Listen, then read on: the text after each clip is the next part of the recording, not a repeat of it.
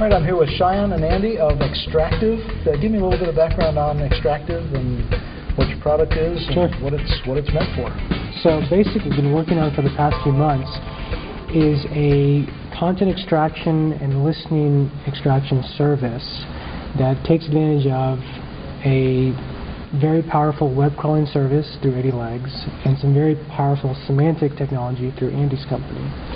So what we can do is basically pull down a whole lot of content very quickly and apply some very sophisticated semantic analysis and pull out all sorts of entities, relationships, attributes, sentiment across any sort of content from the web and put that into structured data that anyone can use. So you're producing, what, RDFA or triples? You name it. And so really? We're basically starting, we see a lot of people using JSON now, kind of for fast and dirty kind of applications. Okay. But RDF is really our ultimate goal. And so really the challenge for us to go to all the way to RDF is the sheer amount of semantics that we're able to bring to bear. So we can publish lots of triples, like a lot of people, and we can make that available. But we put a lot of semantic markup on top of that. So we offer right now about 10,000 different types of semantic types, namely entities, names. Wow. And we combine that with hundreds of different types of facts and attributes and relationships. So we're really pushing a lot of semantic information, and we hope, with the hopes that in all of that markup there's something that'll be useful to somebody. And there's a lot of services out there that do a lot of great work, but there's always one type that you need that's not necessarily in their ontology. And we really want to go with an approach where we can really cover the ground and combine that with a tool that will allow us to customize that in such a way that we can satisfy pretty much anybody's information needs. Okay. And with his crawling service, we can really get the data as well. We can point to any page, any set of pages, and we can turn that into RDF and structured content. All right, so you could offer that as a service to a publication that's absolutely not producing its own markup. Sure. Okay. Or anyone else that wants to look at any page that's not their own even and turn that into structured content. We can do that for them too. All right. So I think some of the places that becomes very valuable are things like, blog comments and social media things where that's not going to be turned into RDF by the people creating that content, obviously. So you can now take these types and push them onto those comments that's really unstructured content and get something meaningful from that you can actually now query and build an application on top of. Okay. So a lot of the especially social media is pretty immediate kind of stuff. So is that the kind of thing that you're working on? I mean, are you going at essentially real-time analysis and extraction, or? So real-time is something we're working on right now, but we personally think that if you want really sophisticated analysis, you're going to have to be okay with a little less than real-time. It'll still be fast, but to get really robust analysis where you can make a real meaningful decision for your business, you want to have a lot of data and have some sophisticated analysis done on that. That's going to take a little bit of time. We hope customers are okay with that, but the benefit will be they will have reliable data they can make a meaningful business decision on.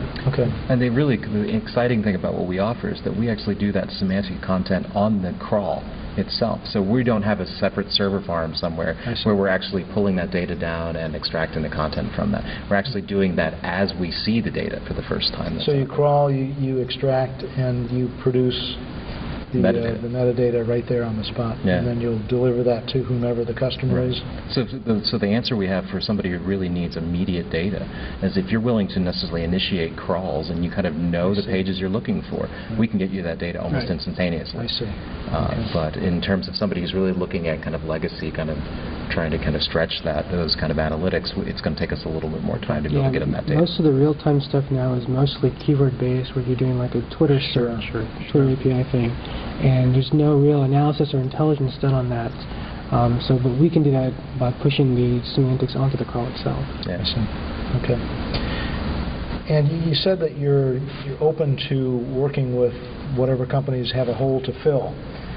You obviously have some kind of idea as to where this is going in terms of a business model.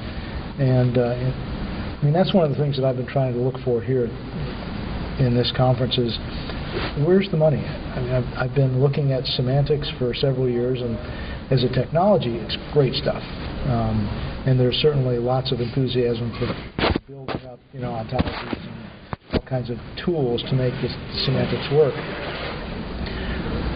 Where is it coming up to either benefit an end user's experience, to create an ROI for a company? Are those things that you have, top of mind? So we're pushing out 2 variations on the extractive product. So let me first talk about one side, which is the sentiment listening platform. Okay. So I think that's a really awesome use case of semantic technology. Right now you see things like Radian 6, Radian Hexagon, which are most in Scout Labs, which are like I said, keyword-based technologies. Okay. The challenge there is that you get a whole bunch of data, and because there's no semantics done, they're starting to do some semantics, but it's not really driven by that, you don't get a really actionable piece of intelligence you can use. As a brand manager, you don't see these are the product attributes that I know are influencing customer sentiment. Unless you supply them yourself. Right. Oh, okay. Right.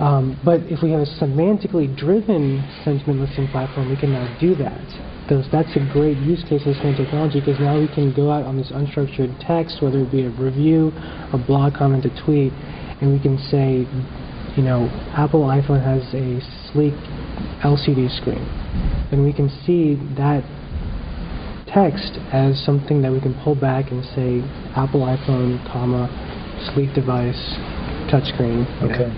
And the semantics really create a whole new level of sentiment listening that wasn't there before. Yeah, it's intelligent. So instead of having a brand manager sit down and say, well, these are the things that I expect someone to comment on, we can actually push that to the machine and let the machine take what's at top of mind for that brand manager and expand that and then really look for that. Okay. And I think one of the exciting things that we're going to really be offering is giving people the cues of when they should pay attention. Mm-hmm. There's a lot of discussion that goes on in these, especially in these social media frameworks, and one of the kind of natural reactions to having a listening platform. Now I can hear everything everybody says about me is to run in a million directions simultaneously. Right. And you really want to be able to say, okay, well, here are the trends, here's the raw data, and here's when you should care and should take action, and here's when you should just kind of let it go by. And you need a semantic technology to do that, otherwise Otherwise you're just listening to the buzz and trying to kind of extract. Right, I'm on a kind of a personal, I use Twitter, right? I've got 10,000 followers. It's completely useless. What do you do with 10,000 followers? Right. I mean, I can't even respond to them unless it's a direct or an ad, So, but I can see, so what you referred to as the river of information is more like an avalanche. No, sure. Tsunami. Just get out of the way of the snow. So we want to have a service that can pick the trout out of the river for you. Right. Okay. Terrific. I appreciate your time. Thanks so much. Well, best of luck to you. Hope everything goes great. It sounds like good stuff. Thanks. All right.